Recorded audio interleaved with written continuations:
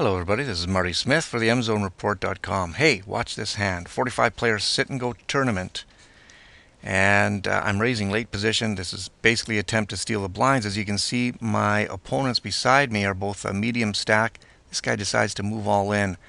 Oy, 3,400 a call. I'm getting 2.1 to 1 odds. You know what? That's not great. But as you can see, I'm taking 10 seconds to decide.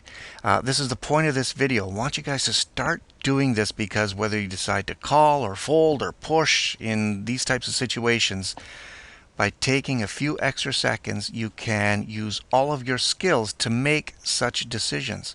And when you do that, you're going to find that you're basically just going to be making more profitable choices overall. So now that was a GCI hand. And even though it wasn't that difficult, the problem is, of course, I was getting the right odds to call in tournaments. It's just that we were 8 seeded.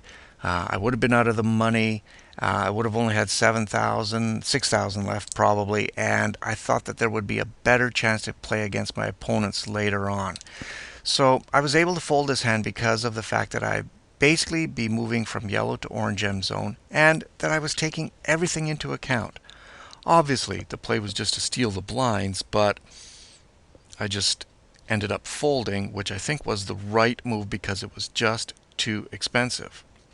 But this Queen 9 hand, pot's 4,800, I did limp in. I probably should have raised there, but nonetheless, I'm in a spot here now where I have to make a call. I'm really not getting the right odds to call here if you think about it, 1.6 to 1. But again, I'm taking 10 seconds to think about everything. And even though I could lose and come down to like 18, 19,000, I still have enough to play against my opponents. In fact, I did make the right call because there was a good chance that he was pushing with anything there.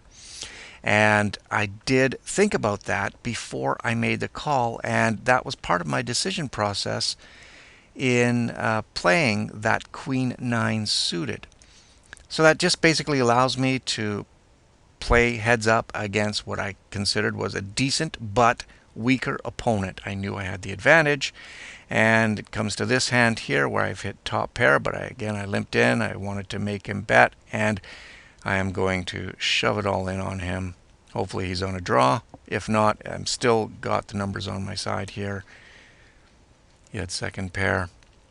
See, I was raising him quite a bit before this, so that incented him to go all in. Anyway, point being is that gave myself a better opportunity to win some of these hands by taking a few extra seconds. You know, most poker tournaments are routine decisions throughout the game until you get to those GCI hands. And a common reaction to those is to just, thrust into action or respond without thinking. The problem with that is that you're basically cutting yourself off from some deeper wisdom and possibly better solution. Not always, but possibly. In essence, then, we are actually programmed. We are designed to reason using every fiber of our being. It's a natural way to react.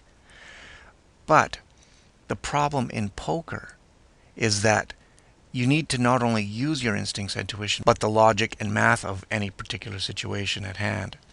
You take the time to count 10 seconds, you're going to be able to bring everything together and make a wiser decision. Usually, you won't regret that decision, whether it turns out right or wrong after. So when you take 10 seconds, what are you thinking of? Well, here are a few questions that you can ask yourself. What do my true instincts say about this hand or this situation? What are the real odds of me having the best hand here? Can I fold and still have enough to outplay my opponents? You can see from both of those examples before, that was a big factor in how I played that hand. If I was watching this hand on TV, what would I recommend? It's so easy to criticize players on television when you can see the hole cards. But the thing is that as an observer, you often have a completely different opinion of how someone is playing. So take a look beyond yourself, outside yourself, and look upon this hand as an observer and try and get a different perspective that way. Here's one of the most important questions. Is what I am about to do positive EV? In other words, if the situation comes up all the time and I react this way all the time, am I going to be ahead? Am I going to be a profitable player? Now you can take these questions and others you might think of, and that the next time when you are in a tournament in a tough GCI situation, it's going to force you to ask yourself the right questions. Listen, this may sound too simple to be of value to you, but by pausing and counting to 10, you are able to tune all of your senses into what's unique about this hand, opponent, or even betting pattern. You're essentially interrupting your brain's reactive areas that normally respond, like with a caveman-like panicky combativeness. Sometimes that's good. Most times, you need to think deeper. Make this a habit, and I guarantee you will start profiting in online tournaments. I hope that helps, and you can sign up for the free poker tournament strategy videos at mzonereport.com.